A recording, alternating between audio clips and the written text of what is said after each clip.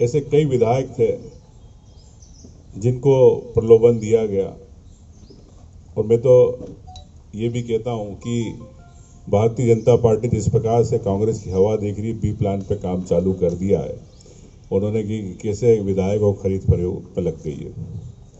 लेकिन मैं मेरी बात करना चाहता हूं कि जब भाजपा सरकार बनी, कई विधायक बेंगलोर गए, उस समय सिंधिया जी से बात हुई। सिंधिया जी ने कहा कि कांग्रेस में अब कोई भविष्य नहीं है आपको भी जो आपकी आर्थिक स्थिति है उसको लेके हम भी आपको कर देते 50 करोड़ की व्यवस्था। मेरी भाजपा में बात हो गई है और आपको मंत्री पद दे देते।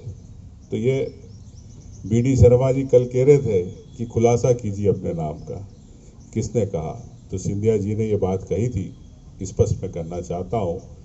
और उन्होंने स्पष्ट कहा था कि कांग्रेस में कोई भविष्य नहीं है और भाजपा में मेरी सबसे बात हो गई। तो जिस प्रकार तो मैं यही कहना चाहूँगा कि हमेशा मैं सिद्धांतों की लड़ाई लड़ता रहा, सत्य की लड़ाई लड़ता रहा।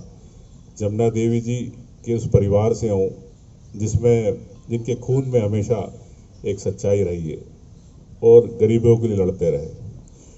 तो मैंने सिंधिया जी को कहा भी कि आपके रास्ते अलग है, मेरे रास्ते अलग है। मैं सिद्धांतों की लड़ाई लड़ता हूँ और मैं उस पर कायम रहूँगा। इसी बात को लेके ये भी मैं कहना चाहता हूँ कि अवसरवादी राजनीति में कभी विश्वास नहीं रखता हूँ मैं, और ना रखा है, स्पष्टवादी हूँ। यही मैं आपसे कहना चाहता हूँ कि भारतीय जनता पार्टी जिस प्रकार से विधायकों को खरीद फरोख्त में लगी है, वो कर रही है, तो ये भाजपा बौखला गई है कि सरकार हमारी जा रही है। तो ये सिंधिया जी और कई लोग जो भाजपा में चले गए, गद्दार उमंग सिंगार नहीं है, गद्दार ये लोग हैं। ये मैं आप लोगों के बीच में कहना चाहता हूँ।